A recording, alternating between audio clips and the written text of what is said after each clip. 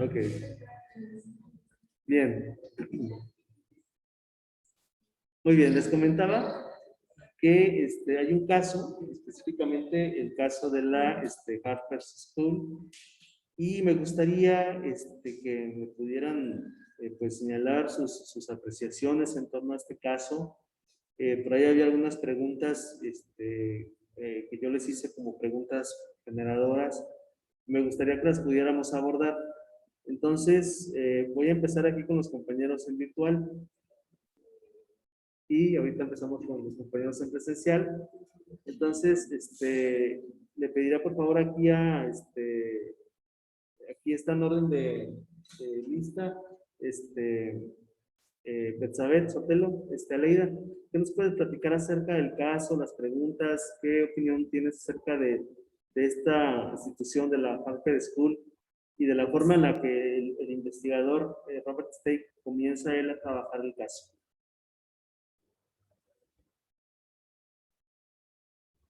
Te escuchamos. Pues a mí se me hizo pues completo el documento, la información que venía, aunque en la pregunta que venía de la directora, no recuerdo bien cómo estaba estructurada exactamente, pero venía una pregunta algo sobre la directora y se me hizo medio raro, o sea, porque al inicio era como muy, bueno, ahí decía que había sido muy amable y que daba así la información correcta, y ya después empecé a leer que decía que,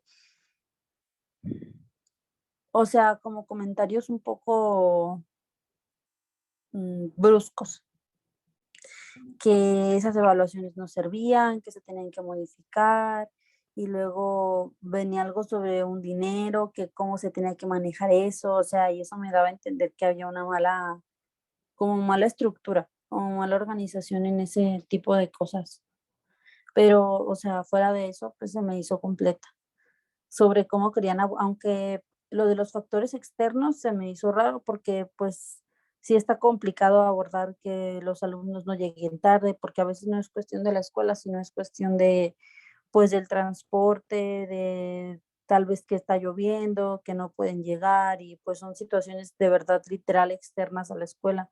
Aunque pongan, no sé, algún reforzador para pues motivarlos a que lleguen temprano, tal vez el alumno sí quiera llegar temprano, pero de verdad no pueda. O sea, aunque tome muchísimo tiempo, pues puede que justamente ese día algo pase en el camino o que de verdad no pueda ir, que se enferme, que tenga alguna otra situación personal. Entonces, sí son factores pues importantes porque se tienen que resolver, pero a veces no dependen tanto de pues de la escuela o de qué pueda hacer para ayudarlos a que eso se resuelva. Ok, muy bien, muchas gracias, Aleida. Y me gustaría que nos pudieras comentar, Cintora, tu percepción acerca del caso, cómo observaste, qué opinas acerca de la forma en la que este señor analiza esta institución. Sí, profe, nomás que ando muy ronca, casi me alcanzo a escuchar. ¿No me escuchaste? Sí, nomás que yo ando ronca, sí me escucho. Sí se escucha, ¿cómo no? Muy Sí, bien, adelante. bueno, pues para mí su percepción de la escuela es muy abierta porque toma en cuenta las cosas positivas de lo que se está haciendo y lo hace de una manera como muy subjetiva para ver cómo puede ayudar a todo lo que puede, a todo lo que se quiere lograr con estos objetivos.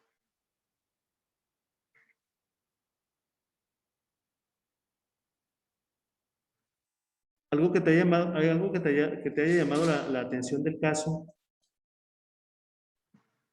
Me llamó la atención cómo se expresa un poco de que como la directora tenía ya muchos años ahí, decía que tenía una manera muy conservadora y que era lo que podía influir en que no hubiera un cambio, ya que la directora no quería, no se prestaba a hacer este tipo de cambios. Ok. ¿Tú consideras que sea necesario que, por ejemplo, exista algún cambio de administración de manera frecuente en alguna institución para que se puedan operar cambios? Como tal, el cambio de la directora, no. Pienso que tiene que ver con su manera de ver la percepción de estar abierto a nuevas posibilidades. Ya con eso yo siento que no es necesario cambiar a la persona, sino su manera de ver las cosas. Ok, muy bien. Muchas gracias, Caro. Y le preguntaría aquí a Dalia. Dalia, por favor, tu opinión en torno al caso de la Harper School.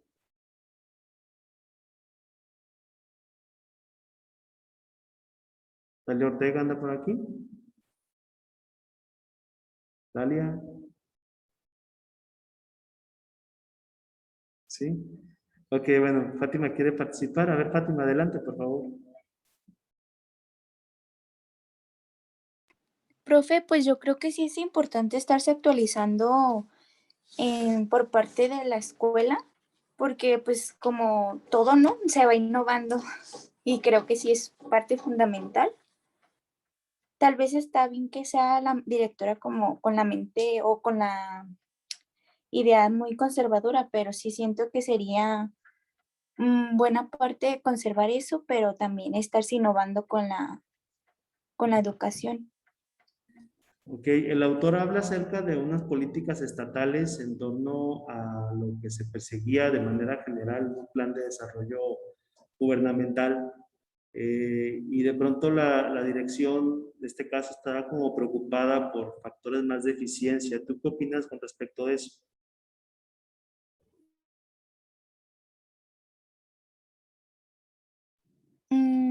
Pues a lo mejor también implementando más apoyo porque sí influía mucho cómo los alumnos tenían problemas con las drogas y el alcohol. Yo creo que es una manera pues por eso estaban atrasados o no mostraban un buen rendimiento.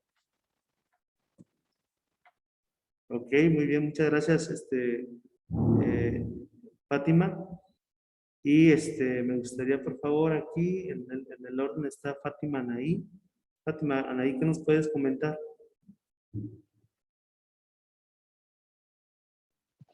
Pues que sí se me hizo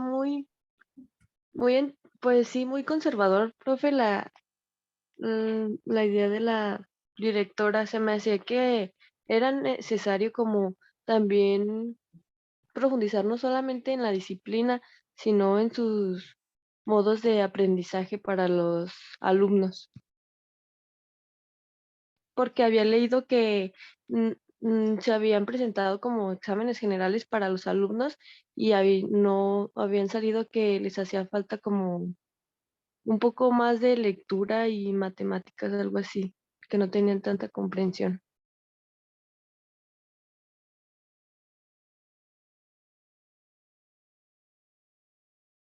Hay una cuestión ahí, por ejemplo, gracias, en torno a cómo de pronto los profesores hasta cierto punto apoyaban a la directora. ¿Tú qué opinas acerca de eso?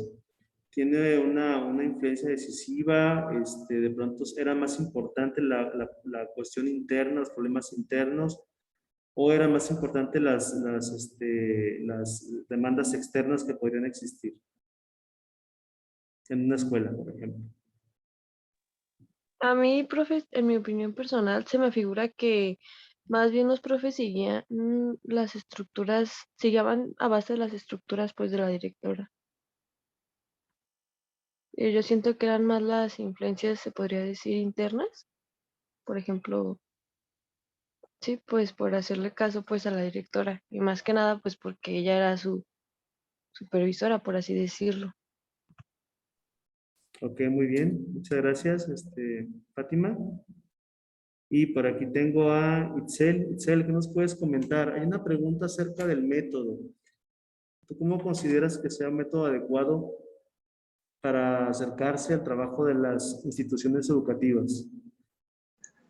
Pues el trabajo creo que fue bien, porque involucra a muchas personas, no a solo los maestros, sino también a los padres de familia. ¿Sí me escucho? Sí, pues, claro, adelante. Entonces, pues se me hizo bien por esa parte.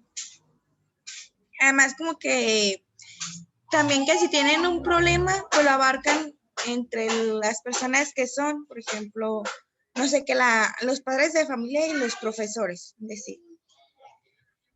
Pero también me pongo a pensar que en ese tiempo, pues era muy estricto todas esas cosas porque era como como en esos tiempos. No me acuerdo si era después de la Segunda Guerra Mundial o algo así. Entonces como que sí digo, ay no, qué feo para ellos, pero creo que el método fue bueno porque así como que los hizo personas de bien. Entonces se me hizo bien. Ok, muchas gracias. De hecho, bueno, no es después de la Segunda Guerra Mundial. Este texto por ahí es más o menos de la época de los 90s. Aunque el texto que ustedes leyeron es la cuarta edición, que ya la cuarta edición, pues reformaron unas cosas bastante mínimas, a mi entender, que es del 2014, pero el libro originalmente fue escrito por ahí en 1994, por ahí más o menos. Bueno, el caso es del 94 aprox. Entonces, sí había como varios aspectos. Aquí un poquito lo que quiere ilustrar el autor es esa dinámica que hay entre las demandas y exigencias exteriores, por ejemplo, cierta política exterior de trabajo, con respecto también a la propia vida institucional interna, pues, de las propias escuelas.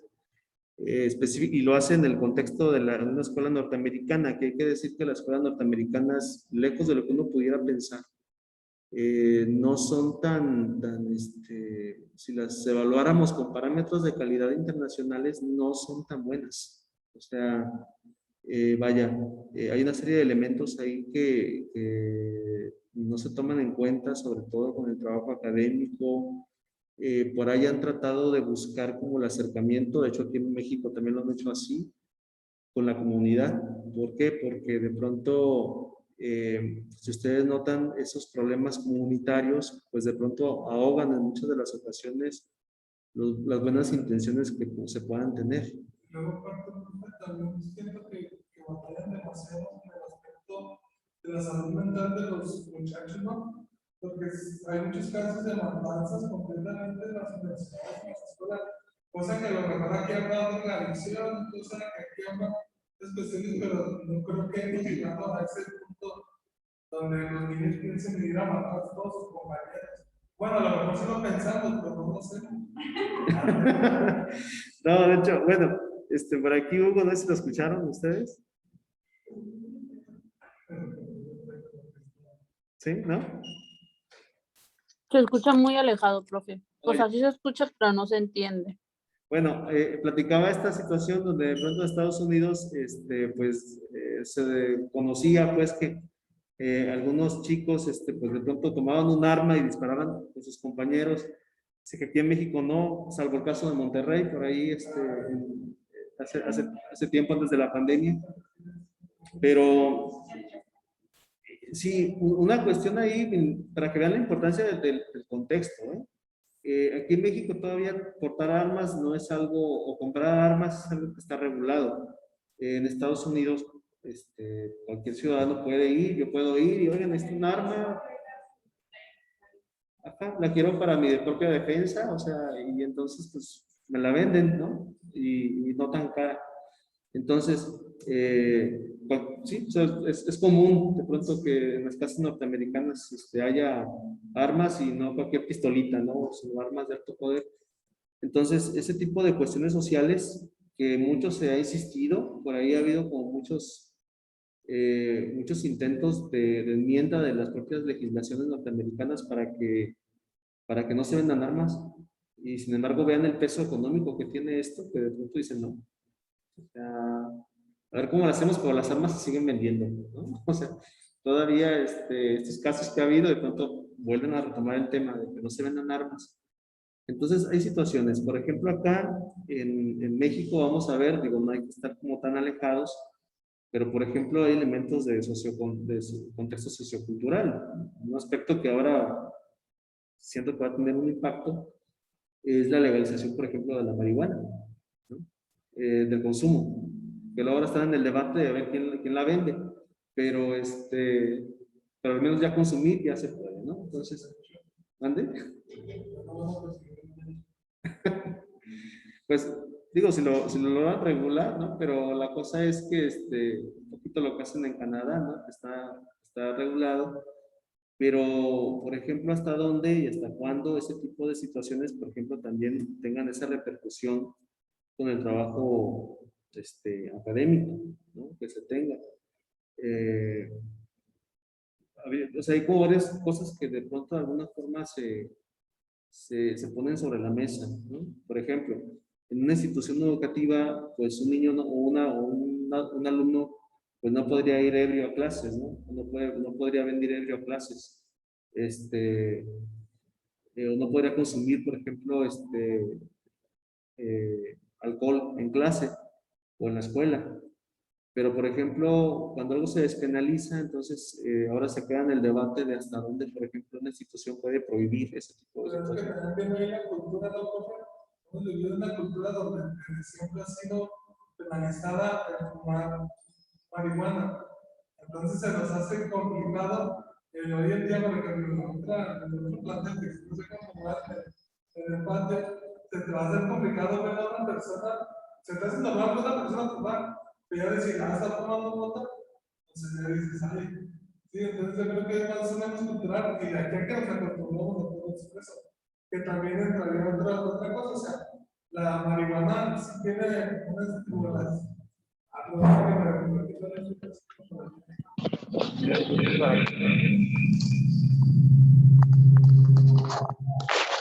ver, esperen un momentito, por favor.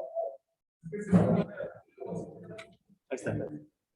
Bueno, a ver, dale un comentario.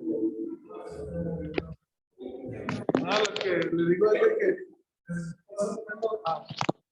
cultural. Así. Más o menos cultural. Más o menos cultural. Más o menos cultural. Sí. Es que no hizo que entonces nos hace difícil ver a una persona fumar marihuana en un espacio educativo. ¿Por qué? Porque tenemos hace mucho tiempo que no estaba legalizado. Pero de que nos acostumbramos. Y luego otra cosa que digo es que la marihuana sí tiene una reacción en tu cuerpo. Hay personas que se ponen muy activas y hay personas que se ponen y se duermen. ¿Sí? Entonces yo creo que en ese aspecto, para algunas personas, porque yo he conocido personas que dicen, yo al fumar pongo mejor atención al maestro, ¿sí? Pero también he visto otras personas que fuman marihuana y pues estamos bien en clase, ¿sí?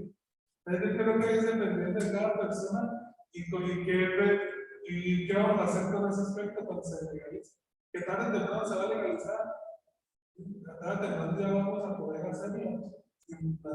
Bueno, no hay nada, pero se va a poder hacer, ¿sí? Pero yo creo que es más que nada cultural y ver cómo reaccionar en este aspecto. Ok, muy bien. Bueno, muchas gracias.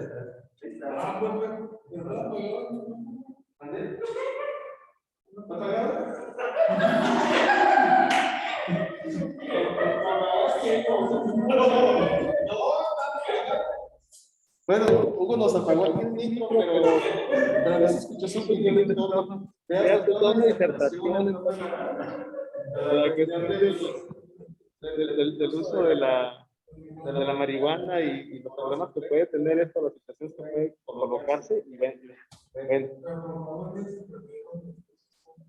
Ok, bueno, ok, compañeros. Pues a ver, gustaría antes de pasar que sí, una última opinión para cada los compañeros que están en presencial, por aquí Hugo ya nos empezó a plantear en torno del caso de Robert Stay Y a ver, ¿sí escuchan ustedes los de allá en virtual? ¿Sí se escucha? Sí, profe. ¿Sí? Ah, ok. Muy bien. Le preguntaríamos por aquí a Esteban. Esteban, ¿qué opinión tiene acerca de la forma que tiene el autor de abordar el caso? Él utiliza una metodología exclusivamente cualitativa que ahorita vamos a ver, que se llama etnografía y el análisis de casos. Entonces, ¿qué opinas en torno a esto? ¿Será el mejor método para estudiar una institución educativa? Sí, es un método bastante ameno, se hizo por la redacción, muy libre. Entonces sí te mete en, No. te mete en todo el contexto, tanto de la escuela como de los alumnos, porque hasta se sale y va a ver ahí las calles, el parque. Entonces sí te mete mucho en la situación que están viviendo tanto los alumnos como los profesores. Ok, muy bien. Entonces yo considero que sí, es un método agradable para el tipo de trabajo. También la redacción ayuda bastante porque no es tan cuadrada o tan rigurosa, es muy libre, entonces uno lo lee con bastante gusto. Yo me la pasé bien leyéndolo, la verdad.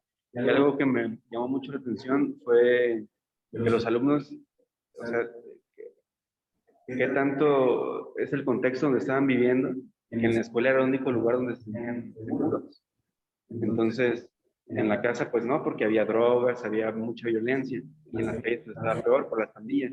Ya llegar al grado de que llegando a la escuela uno se sienta seguro, pues es muy importante para tomar en cuenta en cómo se va, como lo mencionaba usted, cómo se va a desarrollar la dinámica escolar, tomando en cuenta el contexto de cada alumno.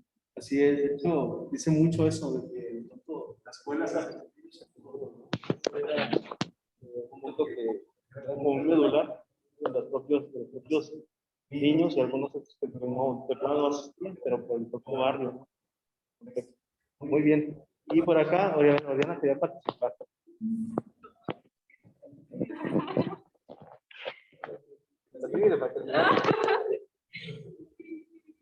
Pues,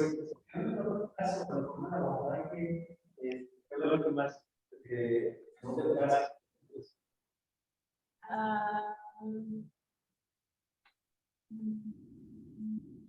puede ser que tanto la directora como los maestros estaban como no muy de acuerdo a la nueva reforma que quería implementar como el Estado, que en algún momento uno de los maestros decía que iban a tener más trabajo ellos en base a esta pues, nueva reforma, y también que los padres de familia no estaban como muy interesados como en formar parte del grupo, no sé el nombre que ponía, pero como que no, o había mucha escasez, pues no, padres de familia no apoyaban la institución.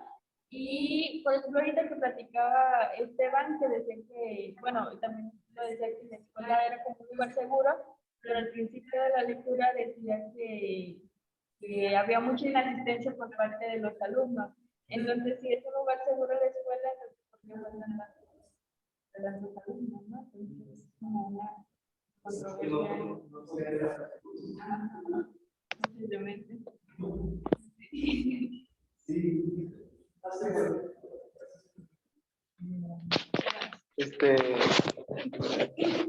Fíjense, aquí una pregunta para reflexionar. A ver, en relación a lo que nos comenta.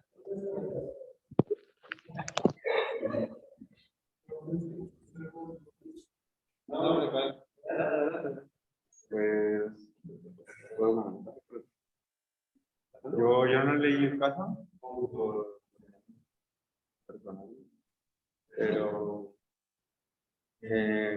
lo que comenta la compañera con respecto a eso, pues pienso que sí de repente se pueden presentar como contradicciones con lo que pueden decir los alumnos o los maestros o incluso los padres de familia, incluso con los resultados que puede arrojar el diagnóstico que hace el interventor.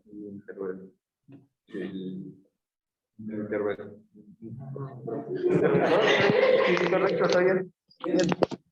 Oye, entonces, ¿ustedes que ahí está, miren, no, bien. Que no les gusta mirarse así en pantalla? Así que vean aquí en la escuela. Muy bien. Bien, bueno, no sé si de aquí, alguna reflexión que quieran hacer, please, compañera Miriam. ¿Todo bien? Ok, por acá. ¿Sí? Ok, bueno.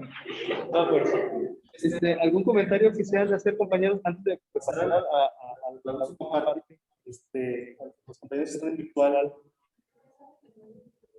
Sí, ¿verdad? No me voy a poner Mario como meita o cómo.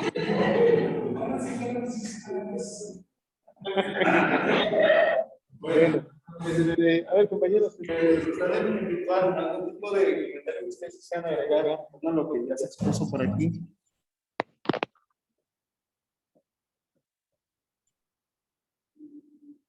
¿No? ¿Ninguno? No, están despiertos. Ya. ¿Algún comentario, compañeros?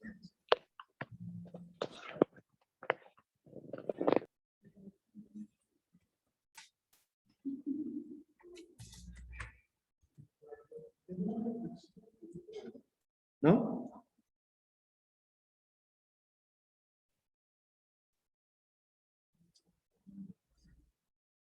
Creo que no. Bueno, miren, ¿cuál es, antes de nombrar asistencia, porque también tengo que nombrar, vamos a utilizar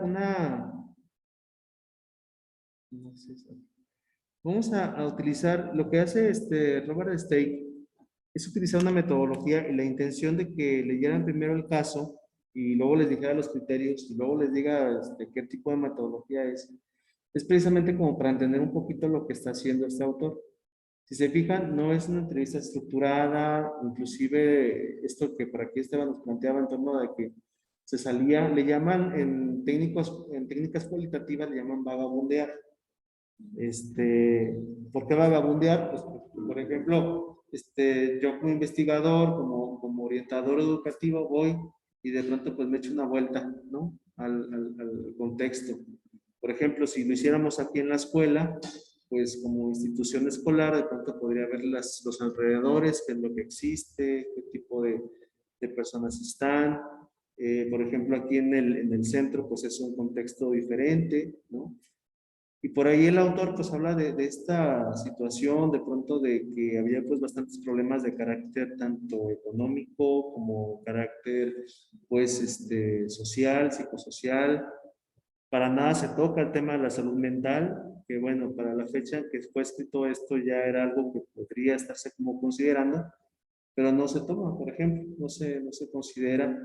Entonces, ¿hasta dónde podríamos hablar de una educación de calidad con ciertas condiciones sociales que están presentes aquí? Y por otro lado, también las políticas educativas de la propia institución. Por aquí decía la preocupación que tenía la directora porque los muchachos llegaran temprano, porque llegaran, que hubiera como un ambiente ordenado. De hecho, cuando él se pasa uno de los salones, se fijan de pronto, pues está como un rollo muy ritualizado, ¿no? De que pues estaban pues tomando sus notas, todos tenían que estar silencios y demás. Y de pronto también la preocupación de los profesores como para que la escuela de pronto mejorara porque tenía problemas de infraestructura, otras cosas así, que los propios maestros consideraban más importantes, pero que el Estado de pronto, aunque no se dice exactamente qué es la política que se espera del Estado, o sea, si se fijan en el texto no aparece como esta parte de, es que el Estado quería esto, ¿no? Pero lo que se muestra es la resistencia que hay por parte de la institución como para ese tipo de políticas. Dicen, es que eso no aplica para nosotros, ahorita no. Entonces, ese tipo de elementos yo quiero que ustedes también los evalúen en sus propios escenarios educativos. Sobre todo si, por ejemplo, las personas que trabajan en alguna institución conocen, saben esa cuestión exterior y cómo, por ejemplo, a nivel interior esto se da. Bueno, ¿qué método es el que vamos a utilizar? Hay un método que lleva por nombre método etnográfico, que es el método que pues por definición se utilizaría para la evaluación de instituciones educativas. Ya estuvimos revisando en sesiones anteriores elementos de observación, sobre todo los tipos de observación, y en particular la llamada observación participante. Entonces, bueno, ¿en qué consiste este llamado método etnográfico?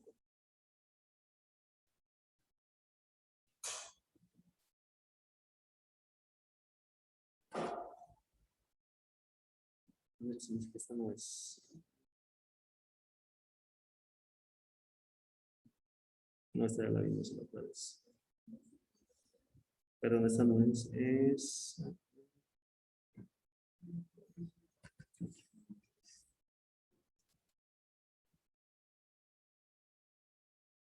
Ok, quiero exponer así muy brevemente y la próxima sesión, si es que el tiempo nos ajustara, concluir esta parte y dar lugar a la exposición de los equipos en torno a lo que vamos a llamar nosotros, pues, la investigación educativa. Entonces, nada más si me permiten, los que están acá. ¿Ah, ya se acabó? No, aquí está, mire, todavía. Ahí está. No, o sea que si ya se había acabado la sesión, ahí está ya. ¿Sí se ve los que están en virtual? ¿Y presencial? Sí, ¿verdad? Ahí está. Sí, profe, sí se ve. Ok, gracias.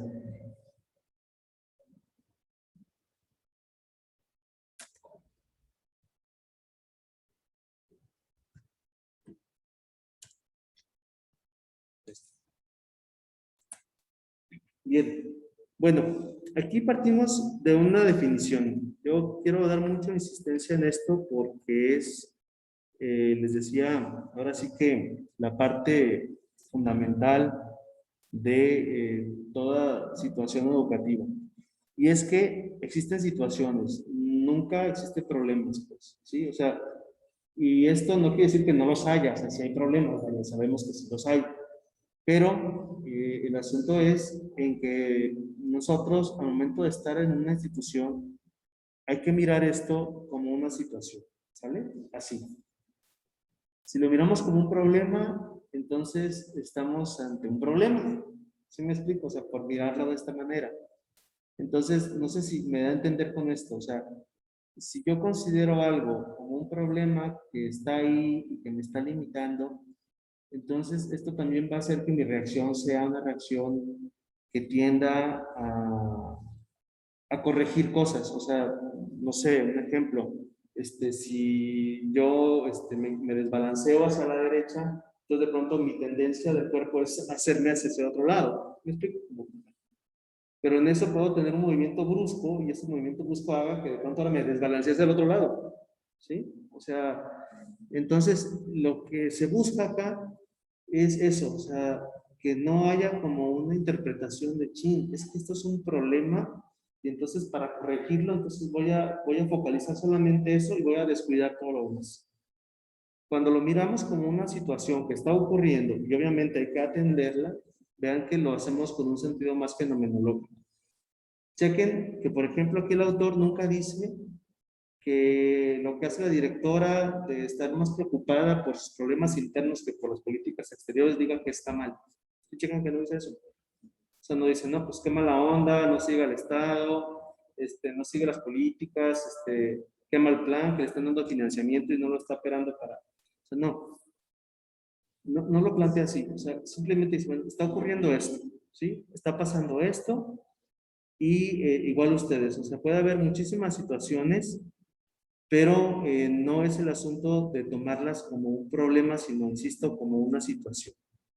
Entonces, el método etnográfico se apoya en dos pilares fundamentales que por ahí Hammersley y Atkinson plantean como la observación participante y la entrevista dirigida. Ambos combinados y llevados sobre el terreno en el que se producen acontecimientos que se desean estudiar. Entonces, un primer plano pues, es la observación participante. Vean que aquí el autor no es que él haya asistido y haya tomado una clase, ¿no? Sino simplemente él, de hecho todo el mundo sabía que era externo, pero participaba de la dinámica, ¿sí? ¿Cómo opera esta etnografía? Bueno, pues originalmente, según la definición que nos da Aguirre en el 95, pues esta etnografía parte de un estudio descriptivo, de un grafos, de la cultura. En este caso, la palabra cultura entendida como un etnos, una comunidad, ¿sí?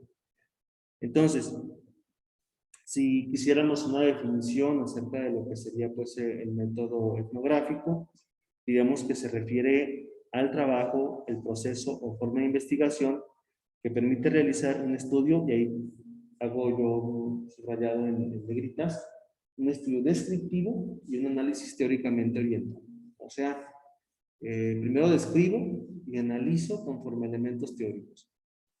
También no se vale nomás describir sin aportar nada. Eso estamos. O sea, la idea es de que, bueno, ok, describo, pero de lo que describo hay ciertas cosas que yo ya empiezo a conocer, a identificar, y eso me permite proponer cosas. ¿Sale? Vaya, si lo vemos en términos muy burdos, como el que revisa un coche, a lo mejor ya me di cuenta que le falla el clutch, ¿no? Pero no basta con eso, ¿verdad? Sino tiene que haber elementos teóricos que me digan ahora cómo puedo empezar a trabajar esa parte. Digo, en un sentido muy burdo, pues, ¿sí? Ni la escuela es un coche, ni el coche es una escuela. Pues. Pero, particularmente, este estudio, pues, analiza una cultura. El método etnográfico, ¿sí me alcanzo a escuchar bien a los que están en virtual? Sí, profe. Ok, gracias. El método etnográfico usualmente nace de la sociología y de la antropología, ¿sí? Y se aplica luego a aspectos educativos. Entonces, desde ese punto, vamos a ver que pues, la etnografía, o lo que llamaríamos la etnografía educativa, pues contempla tres cosas. Principalmente tres fundamentos. El primero de ellos es la finalidad, o sea, ¿para qué hacemos las cosas? ¿Cuál es la finalidad de la etnografía? Sus características y el papel que tiene la etnografía. Son tres aspectos, ¿sí? Analizándolo uno a uno. La etnografía no tiene una única finalidad, sino son varias, ¿sí?